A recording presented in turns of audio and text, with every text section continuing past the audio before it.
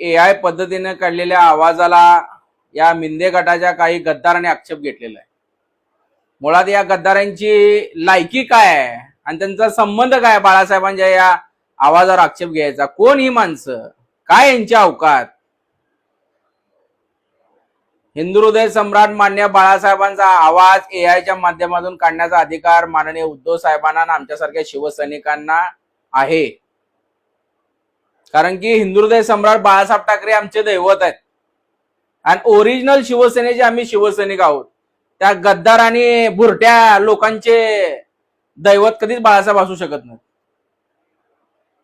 ज्यांनी आमच्या मातोश्रीला धोका दिला, ज्यांनी आमच्या मातोश्रीच्या पाठीत खंजीर खुपसला आणि ज्यांनी हिंदू हृदय सम्राट मान्य बाळासाहेबांनी शिवसेना स्थापन केलेली असताना त्या माननीय बाळासाहेबांच्या शिवसेनेच्या पाठीत खंजीर खुपसून निवडणूक आयोगाच्या मदतीने, भारतीय जनता पार्टीच्या मदतीने, त्या एकनाथ शिंदेना आणि त्यांच्या टोळीने आमची शिवसेना त्यांच्या नावावर करून घेतली। आमचा पक्ष चोरला, आमचं चिन्ह चोरलं। अरे गद्दारांनो, तुम्हाला काय अधिकार उद्धव साहेबांवर टीका करायचा?